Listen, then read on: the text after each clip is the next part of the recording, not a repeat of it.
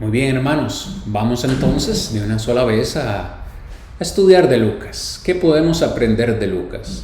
Créanme, hermanos, como lo mencioné, tengo mucho material, el tiempo es corto, tengo muchos versículos para compartir con ustedes. Probablemente por razones obvias de tiempo no vamos a poder leerlos todos, pero usted va a tener acceso a este video en nuestra página de Facebook, también en el YouTube y en las diferentes plataformas para que usted, si desea, acuda nuevamente a revisar y a leer con su Biblia, quizás en familia, cada uno de los textos. Quiero compartir en esta noche por lo menos 4 aspectos en la vida de Lucas que considero importante y de los cuales nosotros podemos aprender en nuestra vida diaria. El primero de ellos, hermanos, vamos a aprender acerca de Lucas como un hombre. En primer lugar, podemos decir, hermanos, con toda seguridad que Lucas no era judío. Lucas era un hombre griego, de origen griego. Su nombre es griego y algo que es interesante para nosotros es el uso del idioma griego de Lucas, que por cierto, según los expertos, es muy bien pulido, Lucas viene a ser escogido por Dios para escribir, en este caso, el Evangelio y también el libro de los Hechos. ¿Por qué escogería Dios a un gentil, a un no judío para escribir estos 2 libros tan importantes? Bueno, porque principalmente Dios escoge a Lucas siendo gentil para hablar y presentar a Cristo Jesús también a los gentiles. Lo vamos a ver en un momento, hermanos, pero dirige Lucas tanto su evangelio como el libro o la carta a los Hechos de los Apóstoles, la dirige a Teófilo. Teófilo también era un griego. Como ya lo mencioné, Lucas presenta a Jesús desde un punto de vista griego. No escribe a los judíos, no escribe siendo como un judío que escribe a judíos, sino como un gentil, un griego, que escribe en este caso también a griegos. Es importante reconocer que en sus escritos Lucas cita la Septuaginta, que es una traducción del Antiguo Testamento al griego, pues ya hemos escuchado que el Antiguo Testamento fue escrito una parte en hebreo y en otra en arameo. Pues esa traducción al griego se le llama o es conocida como la Septuaginta, y Lucas la cita mucho en sus escritos. Como ya lo mencioné, es el único escritor gentil del Nuevo Testamento. Nosotros tenemos 27 libros en el Nuevo Testamento. 25 de ellos fueron escritos por judíos y en este caso 2 de los libros del Nuevo Testamento fueron escritos por un gentil, por Lucas. Sus escritos vienen a ser la tercera y la quinta, o el tercer y quinto libro del Nuevo Testamento, Lucas y Hechos de los Apóstoles. Es interesante, hermanos y amigos, que Lucas no figura, su nombre no figura en el Evangelio que él escribe. De hecho, aparece su nombre o aparece primero él mismo, no tanto por nombre, pero aparece él mismo incluido en Hechos capítulo 16 por primera vez, y su nombre por primera vez aparece en Colosenses capítulo 4 versículo 14, que en un momento vamos a leer. La tradición afirma que este hombre Lucas era de Antioquía, pero lo que sí sabemos con toda seguridad por sus escritos es que Lucas fue un hombre refinado, culto, educado, muy lingüístico y también un hombre que probablemente pudo haber sido rico. Colosenses capítulo 4, hermanos, en el versículo 14, el apóstol Pablo, hermanos, escribe de la siguiente manera: os saluda Lucas, el médico amado, y Demas. Bien, ya vimos ahora a Lucas como un hombre. ¿Qué es lo que conocíamos de él? Pero hablando acerca de su profesión, podemos ver que Lucas entonces fue un hombre griego, un hombre refinado, educado, estudiado, con buena lingüística, y no es de extrañarnos el por qué. Pablo lo describe como un médico, el médico amado. Entonces estamos diciendo que Lucas, mis amados hermanos y amigos, era médico de profesión. ¿Okay? Si bien la práctica de la medicina para nosotros, estamos hablando, hermanos, de hace más de 2000 años atrás, para nosotros la práctica de la medicina en aquel tiempo puede haber sido muy cruda, quizás para nuestros estándares, mas no fue primitiva. Piense por un momento los grandes avances que han habido en la medicina, que se han obtenido últimamente en la medicina, y cada día la medicina y las tecnologías siguen avanzando, y como hoy en una sala de cirugías, en una sala de operaciones, se hacen trasplantes del corazón, se hacen trasplantes de hígado, se hacen tantos tipos de cirugías con tantos aparatos y artefactos tan tecnológicos que pueden predecir o pueden asegurar cierto tipo de enfermedades tan solo con un escáner, etc. Pero vamos a ver, estamos hablando de hace 2000 años atrás. ¿Cómo era la medicina hace 2000 años atrás? Para nosotros puede haber sido muy primitiva. Sin embargo, algunos estudiosos consideran que médicos avanzados de Egipto realizaron incluso cirugías complejas. Se tienen datos incluso de algunos médicos que todavía aún en ese tiempo eran capaces de taladrar un cráneo con el fin de aliviar la presión de una conmoción cerebral o un tumor, punción de forúnculos, etc. Entonces, aún para ellos la medicina era avanzada. Se tiene conocimiento, o algunos piensan que los médicos de ese entonces tenían conocimiento general de hierbas medicinales, de dolencias como indigestión, para medicinas para aliviar el estreñimiento, el insomnio, etc. Los médicos griegos, también algunos estudiosos nos dicen que practicaban en la tradición del noble Hipócrates.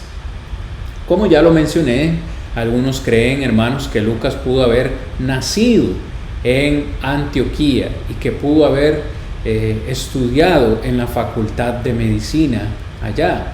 Sin embargo, hay otros que consideran que también pudo haber estudiado en la gran ciudad de Alejandría, donde estaba la escuela de medicina, y muchos grandes hombres inteligentes se preparaban allí.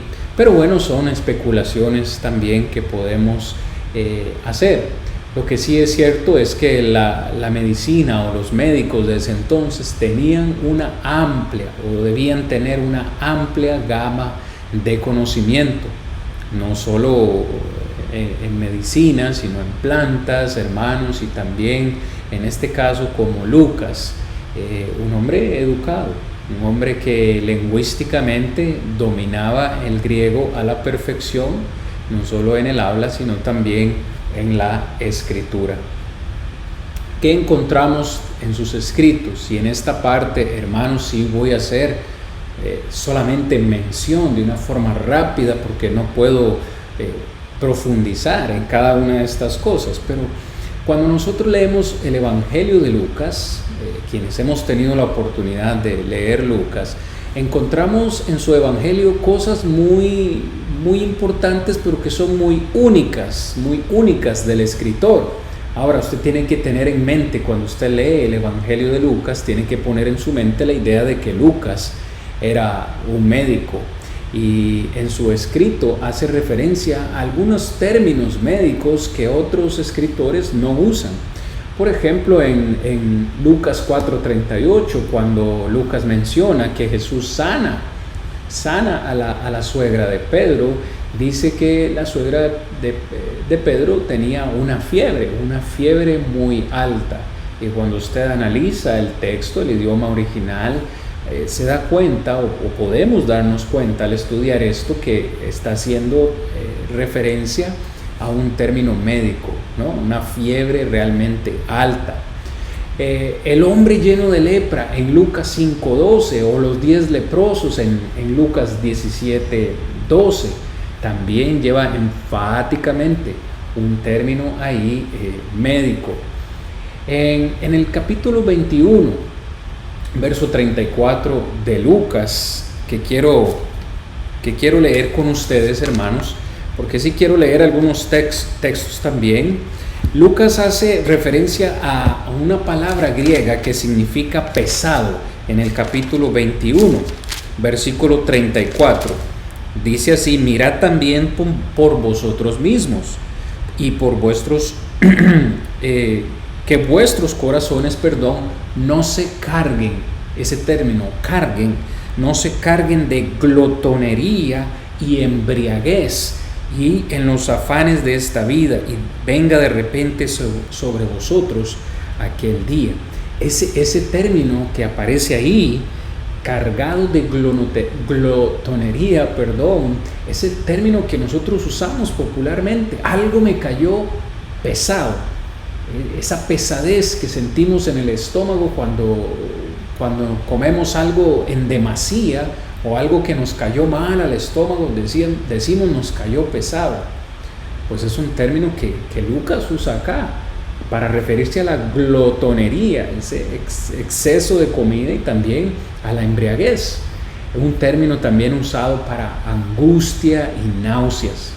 Cuando Lucas habla acerca de los paralíticos, siempre usó el término médico para referirse a los paralíticos. Lucas 5:18, en el verso 24. El flujo de sangre estancado en Lucas 8:44. Dígame si un médico no iba a tener conocimiento. Y cómo Lucas describe que esta mujer tenía ya 12 años de padecer de esta enfermedad, y que había tratado todo, había gastado en médicos, había gastado de todas formas para curar su enfermedad y no había podido. Algo que solamente el escritor Lucas, siendo médico, podía conocer. Me interesa o me llama bastante la atención en Lucas capítulo 9, versículos 38. Hermanos, Lucas 9:38 es un término también médico que solo lo podemos ver cuando analizamos el idioma original. Lucas dice en su evangelio, en el capítulo 9, versículo 38, por cierto, cuando Jesús se le ruega sanar a un hombre endemoniado, en el verso 38, he aquí un hombre de la multitud clamó diciendo: Maestro, te ruego que veas a mi hijo, pues es el único que tengo. Lucas describe esta situación en la cual un hombre viene a pedir ayuda a Jesús, un hombre que tiene a su hijo endemoniado, y le dice: te ruego que veas a mi hijo. No es lo mismo que nosotros decimos cuando llevamos a nuestros hijos al doctor, o nosotros mismos: doctor, vine para que me vea. Ese término vea o mira a mi hijo trae a la idea un examen médico para ver la condición de un paciente. Nosotros vamos donde un médico para que nos vea, nos revise, sea el estómago, sea cualquier otra afección que tengamos. Ese término ahí es médico, para que veas a mi hijo. Cuando Lucas dijo en el capítulo 18:25, un camello pase por el ojo de una aguja, algunos han analizado la palabra aguja y han concluido que se refiere a una aguja de tipo quirúrgico, ¿no? De las que se usan en medicina. Y ese ojo es el agujero en el cuerpo de esa aguja. En el capítulo 11, versículo 46, dice Lucas de la siguiente manera: y os digo, ay de vosotros también, intérpretes de la ley, porque cargáis a los hombres con cargas que no pueden llevar, pero vosotros ni aun con un dedo las tocáis. Esa expresión, tocar con los dedos, término médico también, que hace referencia a cuando los doctores, ¿no?, examinan y nos tocan con las manos. Interesante. Todos hemos escuchado probablemente también en Lucas capítulo 22, verso 44, como Lucas describe a Jesús en el Getsemaní, angustiado, a pocas horas antes de morir, y cómo sus gotas eran como, su sudor eran como gotas de sangre que salían o que caían, a tierra. Ese estado, ¿no? Dicen los expertos, hermatidrosis, es el término médico, es lo que está describiendo Lucas en esta ocasión. Lucas es el único que nos menciona exactamente que fue Malco quien cortó la oreja derecha que fue Pedro, me corrijo hermanos, que fue Pedro quien cortó la oreja derecha de Malco, y cómo Jesús recoge literalmente esa oreja del suelo y nuevamente la puso en su lugar y la sanó. Es que a veces nosotros tenemos que prestar atención a los detalles que cada uno de los escritores nos da en el Nuevo Testamento. Usted imagina esa escena realmente a Jesús, es increíble, ¿no?, el milagro, pero cómo Jesús toma del suelo, recoge la oreja que Pedro le había cortado al soldado y cómo la puso en su lugar y la sanó. Término médico, realmente alguien que probablemente se maravilla como médico, cómo ese milagro pudo haber sucedido. Instantáneamente Jesús llegó y colocó la oreja en su lugar y como que nada hubiera pasado. Es realmente increíble. Encontramos a un médico de profesión, hermanos, sirviendo al Señor. Seguramente Lucas atendió las necesidades médicas de Pablo a través de sus naufragios, a través de sus palizas, de sus encarcelamientos, etc. Pablo describe cada una de sus pruebas en 2 Corintios capítulo 11, naufragios, hambres, enfermedades. Qué bueno hubiera sido, hermanos, o qué bueno fue haber tenido un médico dentro del viaje misionero, y que cuando Pablo enfermara o alguno de los compañeros de milicia enfermaran en esas travesías, tener un médico, alguien con conocimiento que les ayudara en esas condiciones. Y por supuesto, cuando nosotros leemos el libro de los Hechos, encontramos, como ya lo mencioné, por primera vez, aunque no por nombre, podemos deducir que Lucas estuvo por lo menos en el segundo viaje misionero, en Hechos capítulo 16. Él usa o habla en tercera persona, ¿no? En un momento lo vamos a ver, pero de fijo o de seguro Lucas atendió las necesidades de Pablo, las necesidades médicas.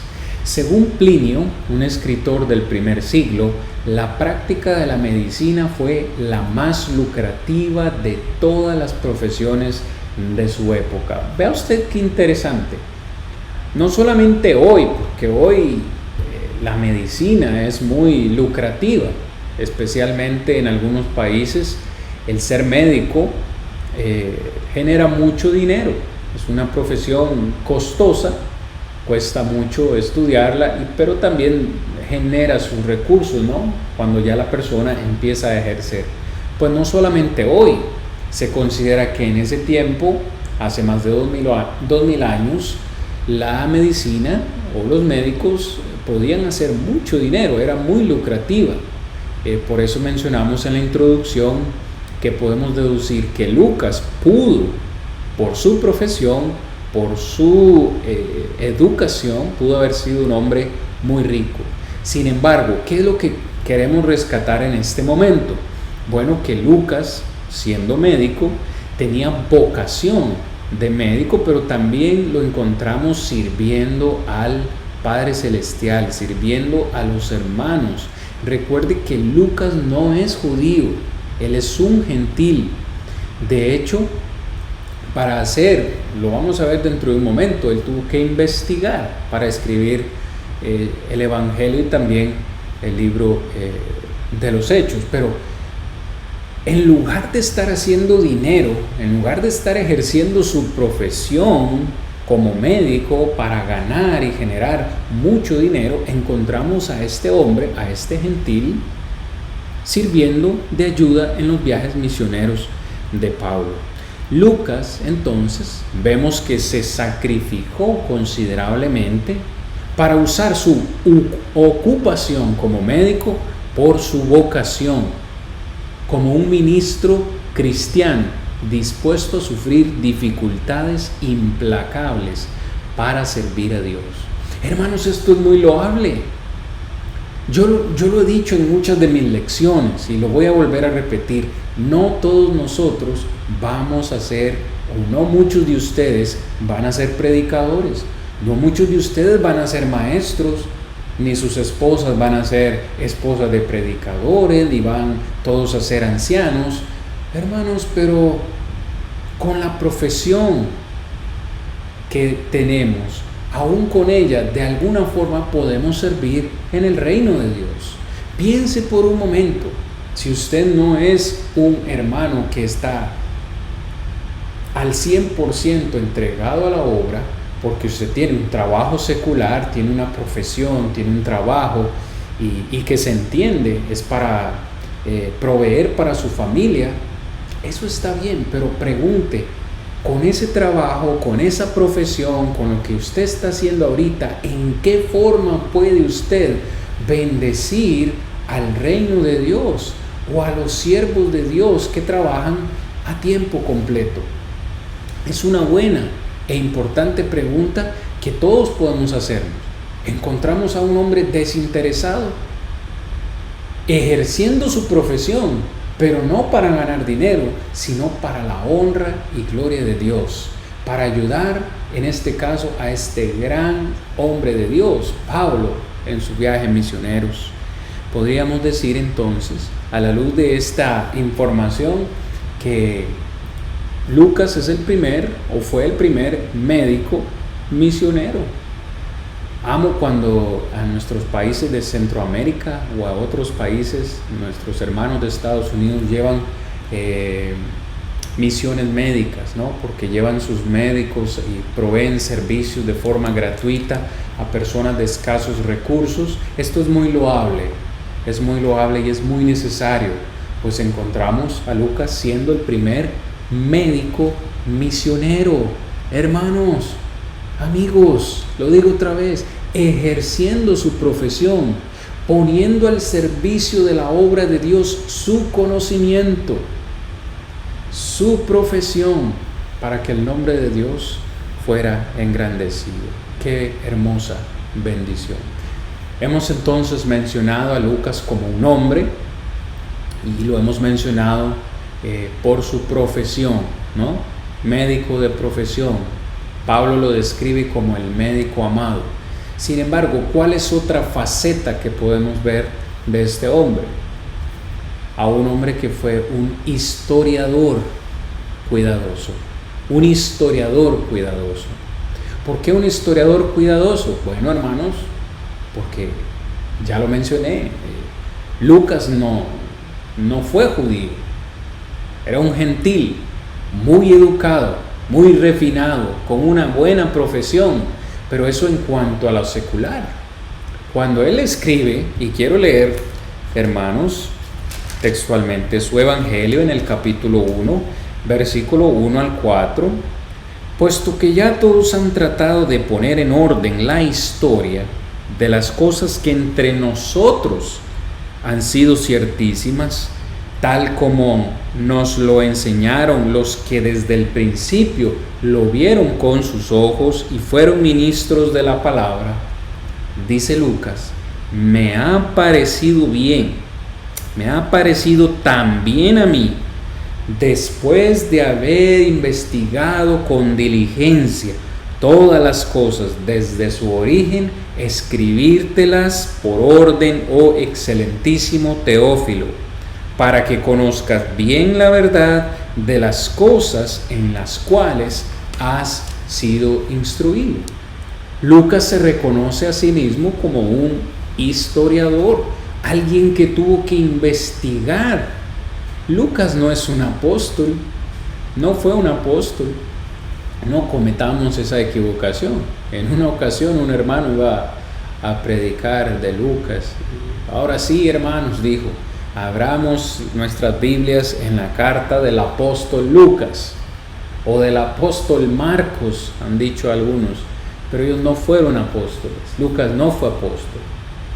Fue un hombre escogido de Dios, pero que con diligencia tuvo que investigar todas las cosas desde el principio, todo el ministerio de Jesús, para poder escribirlo, dice por orden, porque aunque Lucas no escribe cronológicamente como los otros evangelios, sí dice que las puso en orden, es decir, en un orden lógico, en un orden entendible, en este caso para los gentiles, los griegos a los cuales él escribía.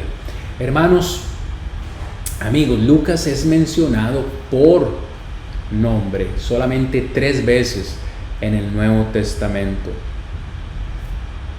Un hombre, podría decir alguien poco conocido, poco relevante, sin embargo, Dios lo escoge. Y lo escoge, hermanos, para escribir más en el Nuevo Testamento que cualquier otro escritor. Un momento, hermano, yo pensaba, podría decir alguien, yo pensaba que era Pablo el que había escrito más. Sí, tenemos 27 libros en el Nuevo Testamento.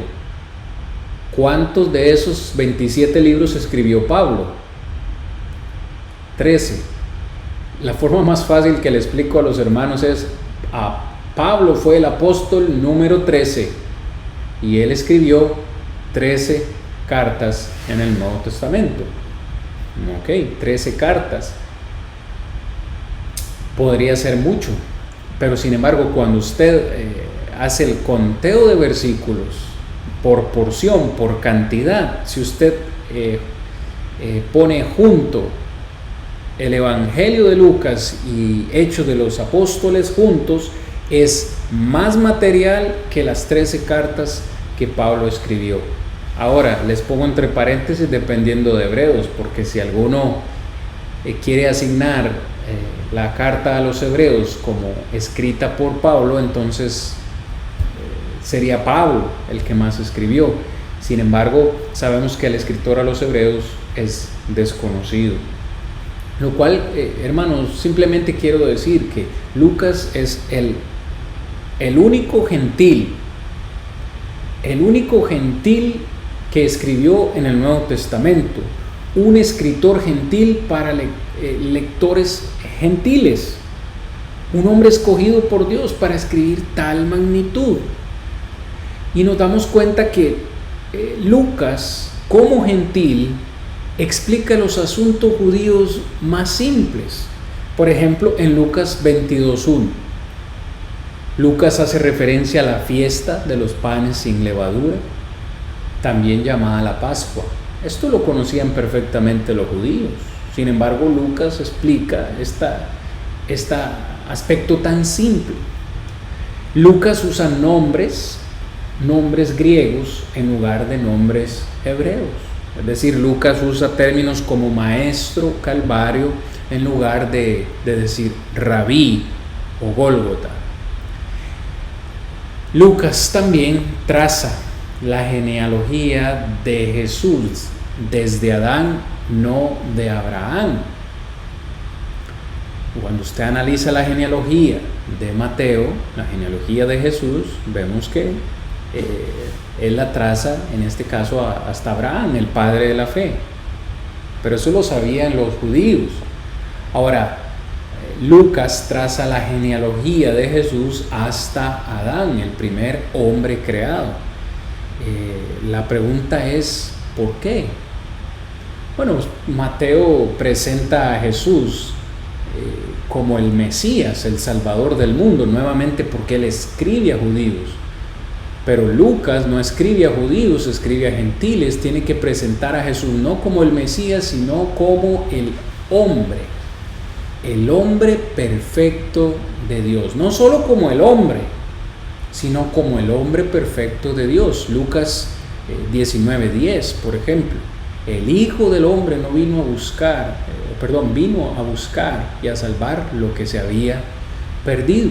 Y esto era algo que le encantaba a los griegos. Entonces Lucas presentó a Jesús como un siervo, no como un Mesías.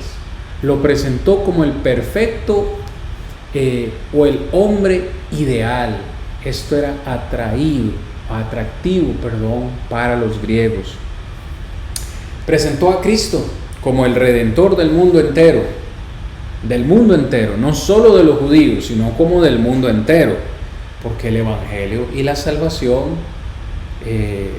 son para todos, es para toda la humanidad, no solamente para los judíos, como algunos creen. Entonces, Lucas dio especial detalle, una investigación cuidadosa, y dio atención a los detalles. Por eso dice, las he puesto, las cosas que te he escrito, o Teófilo, las he puesto en orden. Por tanto, así lo encontramos en su evangelio, en su escrito. Lucas, entonces, hermanos, fue un historiador confiable. Lo que nosotros leemos en Lucas y en Hechos, podemos estar seguros de que es algo confiable.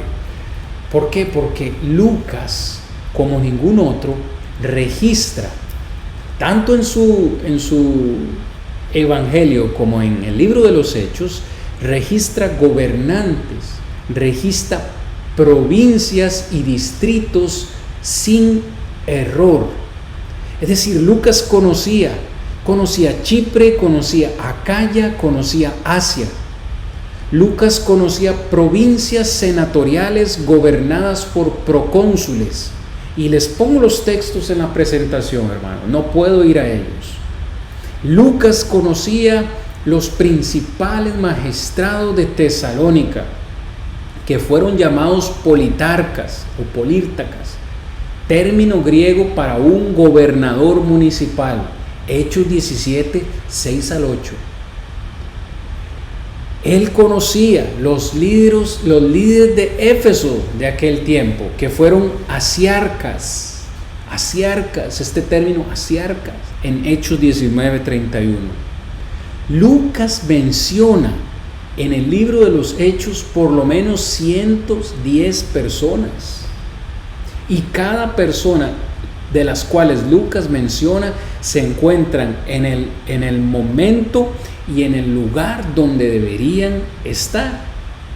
La historia de Lucas no tiene igual en cuanto a confiabilidad. A esta conclusión llegó William Ramsay, quien pasó por lo menos 34 años, hermanos, probando la fiabilidad histórica de Lucas, que algunos han querido desacreditar, ¿no? Que el hecho de no ser judío, que no se puede confiar mucho en los escritos de Lucas, pero es tan detallista, dando nombres de personas, dando nombres de ciudades, dando nombres de los puestos que estas personas tenían, que este hombre de verdad tuvo, hermanos y amigos, que investigar a profundidad. Piense por un momento en el Antiguo Testamento. ¿Cuántos libros de historia hay en el Antiguo Testamento? ¿Cuántos libros de historia? Por lo menos 12, desde Josué hasta Esther. Por lo menos 12.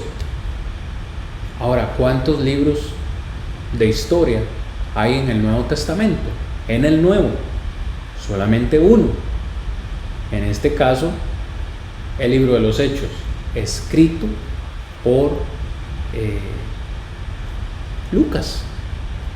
Tenía este hombre, este historiador, gran dominio del idioma griego. Algunos han pensado que los primeros 4 versículos del Evangelio de Lucas, que hace un momento leímos, se consideran el griego más puro del Nuevo Testamento, escrito en perfecta estructura literaria. Él, Lucas, es el escritor que tiene el vocabulario más amplio en el Nuevo Testamento, más que cualquier otro escritor. Se dice que usó por lo menos 800 palabras que no aparecen en ningún otro libro del Nuevo Testamento. Muchos han llamado al Evangelio de Lucas el libro más hermoso jamás escrito. Lucas también ofrece un vistazo de inspiración. ¿Por qué? Él mismo afirma, hermanos, no ser un testigo ocular de todas las cosas en el Evangelio o en vida de Jesús, pero sí que él fue testigo de algunos eventos en el libro de los Hechos, como ya lo mencioné, siendo médico y estando presente en algunos viajes del apóstol Pablo. Casi 1/3 de su Evangelio es peculiar, o sea, que no encontramos en ningún otro evangelio. Lucas escribe cosas muy particulares que ningún otro escritor menciona. Muy bien, hemos hablado de Lucas como un hombre, hemos hablado de Lucas como el médico que era de profesión, hemos mencionado al historiador cuidadoso que fue, y ahora quiero que veamos a Lucas como un humano compasivo en el tiempo que nos falta, hermanos. De lo que podemos aprender de Lucas, aprendemos de él como teniendo un carácter y un corazón tierno, por la forma en la que presenta a Jesús y el estilo de sus escritos, orientados a personas. Sí, la escritura de Lucas fue más que cualquier otro orientado a personas. Al llamar la atención sobre la humanidad de Jesús, muestra su compasión. Era necesario para Lucas presentar a Jesús como humano, el hombre perfecto de Dios, ese que redimiría al mundo. Y mientras hacía esto, pudo presentar a Jesús como compasivo. Lucas, más que nadie, déjeme repetirlo, Lucas, más que nadie, muestra preocupación por las mujeres. Les dejo toda esta gran lista, hermanos, que me encantaría en detalle considerarla con ustedes, pero por cuestiones de tiempo no podemos. Lucas menciona a Elizabeth, a María, la madre de Jesús, a Ana, la viuda de Naín, la mujer pecadora que unge a Jesús, a María Magdalena, Juana, Susana, la mujer con problemas de sangre, Marta, María, la mujer que habló a la multitud, una anciana que se inclinó, la mujer buscando la moneda perdida, la viuda persistente, la viuda que dio 2 blancas, 2 mujeres, o las mujeres, que lloraron por Jesús, las mujeres en la cruz, las mujeres en la tumba. Ahí están cada uno de los textos. Dio especial atención a esas mujeres en su escrito. Pero no solamente a mujeres, hermanos, muestra también preocupación por los niños. El hijo de la viuda de Naín, la hija de Jairo, el joven poseído por demonios. Vemos cuando también Jesús bendice a los niños. Pero también mostró Lucas preocupación por los pobres. Nos escribe acerca del pobre que recibe cosas buenas, que el evangelio es para los pobres, la bendición para los pobres, dar a los necesitados, evangelio predicado a los pobres, cómo se invita a los pobres a una fiesta, la exaltación del pobre Lázaro en Lucas capítulo 16. Pero, hermanos, la lista no termina ahí. Lucas muestra especial preocupación por los marginados sociales y escribe de ellos. El ungido por una pecadora, Cristo Jesús, ungido por una pecadora inmoral. Lucas es quien nos menciona acerca de los samaritanos. Lucas nos habla de pobres, de mutilados, ciegos, invitados a una fiesta. Nos habla de recaudadores de impuestos y pecadores. Nos habla del hijo pródigo, la gran historia del hijo pródigo. ¿Por quién es contada? Por Lucas. Los 10 leprosos que son limpios. Nos habla de los publicanos que eran marginados. Nos habla de Zaqueo. ¿Quién es quien nos habla de Zaqueo? Del ladrón, de la conversación que Jesús tiene con el ladrón en la cruz. En todo el Evangelio de Lucas está el espíritu de la misericordia y un llamamiento a los pecadores. Lucas, hermanos, también pone mucho énfasis en la oración y la vida de oración de Jesús.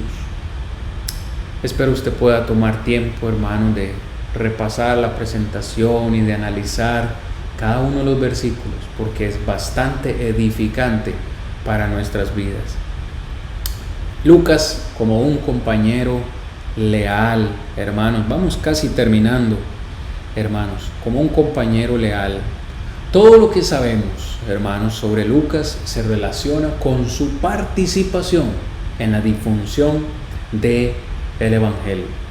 3 veces se menciona su nombre en el Nuevo Testamento, nada más. Pero ¿qué sería de nosotros sin el Evangelio de Lucas y todo lo que aprendemos y vemos del Evangelio de Lucas? ¿Qué sería de nosotros, de este gran libro de historia en el Nuevo Testamento? Del libro de los Hechos. Hermanos, del libro de los Hechos aprendemos de la historia, del inicio y de los primeros pasos de la iglesia. En el libro de los Hechos tenemos todos los ejemplos aprobados de personas que obedecieron el Nuevo Testamento bajando a las aguas del bautismo. Eso lo escribió Lucas para nosotros. Su obra literaria, sus escritos son de gran valor al cristianismo hoy en día. Sus libros fueron escritos para convencer y convertir a los pecadores. Pero no solo eso, sino que también fue un compañero de viaje de Pablo. Lucas, como ya lo había dicho hace un momento, es mencionado, no por nombre, pero sí lo deducimos, o podemos deducirlo, hermanos, en Hechos capítulo 16, versículos 10 y 11. Cuando vio la visión, enseguida procuramos. ¿Quién escribe? ¿Quién escribe Hechos? Lucas. Esta palabra procuramos en plural da a entender que él se incluye. Procuramos partir para Macedonia, dando por cierto que Dios nos llamaba para que le anunciásemos, plural, les anunciásemos el Evangelio. Verso 11, zarpando pues de Troas, vinimos, no dice vinieron, vinimos con rumbo directo a Samotracia y al día siguiente a Neápolis. Hermanos, Lucas fue compañero en los viajes o en algunos de los viajes de Pablo. Cuando la compañía de Pablo salió de Troas hacia Filipos, donde parece que Lucas se quedó. Hechos 16:40. Entonces, saliendo de la cárcel, entraron en casa de Lidia y habiendo visto a los hermanos, los consolaron y se fueron. Ya no se incluye Lucas. Se fueron. Parece que Lucas se quedó en Filipos. Luego se reúne con Pablo cerca de del final de su tercer viaje misionero, cuando sale de Filipos, en Hechos capítulo 20, 5 y 6. Estos, habiéndose adelantado, nos esperaron en Troas, y nosotros, pasados los días de los panes sin levadura, navegamos de Filipos y en 5 días nos reunimos con ellos en Troas, donde nos quedamos 7 días. La historia dice que Lucas viajó con Pablo a Jerusalén. Lo vemos en el capítulo 21 del libro de los Hechos. Probablemente ministró a Pablo durante 2 años en prisión en Cesarea. Lucas 24, 27. Se cree que acompañó a Pablo en su estancia en Roma y permaneció con él durante su encarcelamiento allí. Hechos 27 y Hechos capítulo 28. Durante su primer encarcelamiento romano, Pablo dice que Lucas estuvo con él. Lucas, el médico amado, y Demas te saludan. Colosenses 4:14. Ahora en Filemón 23:24, Pablo dice: Epafras, mi compañero de prisión en Cristo Jesús, te saluda, al igual que Marcos, Aristarco, Demas, Lucas, mis compañeros de trabajo, incluido Lucas. Sin embargo, en su segundo encarcelamiento en Roma, Pablo dice en 2 de Timoteo 4:16 que todos lo habían abandonado. Todos estos compañeros lo habían abandonado, incluido Demas. Demas me ha abandonado amando este mundo y se ha ido a Tesalónica. 2 de Timoteo 4:10. Y en el versículo 11 dice: solo Lucas está conmigo. Solamente el médico amado, este hombre que renunció a ganar dinero con su profesión y que decidió servir a Dios y servir a Pablo por el bienestar de la iglesia, por el bienestar, por escribirnos, por escudriñar, estudiar, investigar, hacer de historiador y dejarnos a nosotros estos escritos. Ese hombre fue el único que no abandonó a Pablo mientras estuvo preso por ahí. Solamente Lucas está conmigo. Lo cual, hermanos, nos sigue invitando a pensar: ¿somos realmente nosotros compañeros fieles? ¿Pueden nuestros hermanos confiar en nosotros? ¿Saben nuestros hermanos que a pesar de las situaciones siempre vamos a estar ahí? ¿Cuándo fue la última vez que usted acompañó a su predicador? Hermanos, los predicadores también lloran. Los predicadores también sufrimos. Los predicadores también tenemos problemas. También tenemos familia. Los siervos de Dios también enfermamos. Y a veces es bueno saber que tenemos compañeros fieles que nos entienden y que nos acompañan en el ministerio, que siempre van a estar ahí para apoyarnos. Si usted es uno de esos que trabaja y tiene profesión y no puede entregarse por completo a la obra, hermano, esté ahí cerca de su predicador, no le abandone. Hermanos, este es el trabajo más estresante que una persona pueda tener. Se dice que los predicadores sufren más de estrés que cualquier otra profesión. Y en ese momento en que Pablo se vio solo, preso en Roma, a punto de morir, Lucas, el médico amado, siempre estuvo con él. Hermanos, solamente 3 versículos se mencionan a Lucas en el Nuevo Testamento, pero Lucas estuvo dispuesto a estar ahí siempre para Pablo. Compartió con Pablo tenacidad, dedicación duradera. Compartió una devoción inamovible, nada lo movió. Una compasión tierna por Pablo, por el ministerio, por Cristo. Un desinterés al ofrecer su profesión para el servicio de Cristo Jesús. Encontramos a Lucas con una fuerza, una fortaleza en su fe, una fuerza en su amor, un profundo compromiso con Cristo, un objetivo común con Pablo, entendiendo que su hogar estaba en los cielos, su hogar celestial, pero también una determinación sincera para permanecer fiel a Dios, un deseo resuelto de llevar el Evangelio a todos. Ese es Lucas. Y eso es, esta lista que está aquí al final, es lo que podemos nosotros aprender de Lucas. Créame, tiempo nos faltaría para aprender y estudiar más acerca de Lucas en cada uno de sus escritos, pero lo que hemos mencionado en esta noche nos hace reflexionar de las cosas que nosotros podemos hacer y podemos seguir haciendo en el ministerio, en la causa de Cristo. Hermanos, se me acabó el tiempo por esta noche. Les agradezco su atención y les ruego me disculpen si me he extendido mucho en esta lección del día de hoy. Como lo dije, tenía bastante material que no he podido cubrir por completo. Sin embargo, hermanos, espero que lo que hemos compartido le haya servido a su vida espiritual. Nos encontramos, Dios mediante, la próxima semana para estudiar una persona más del Nuevo Testamento. Que estén bien hasta entonces, hermanos. Bendiciones.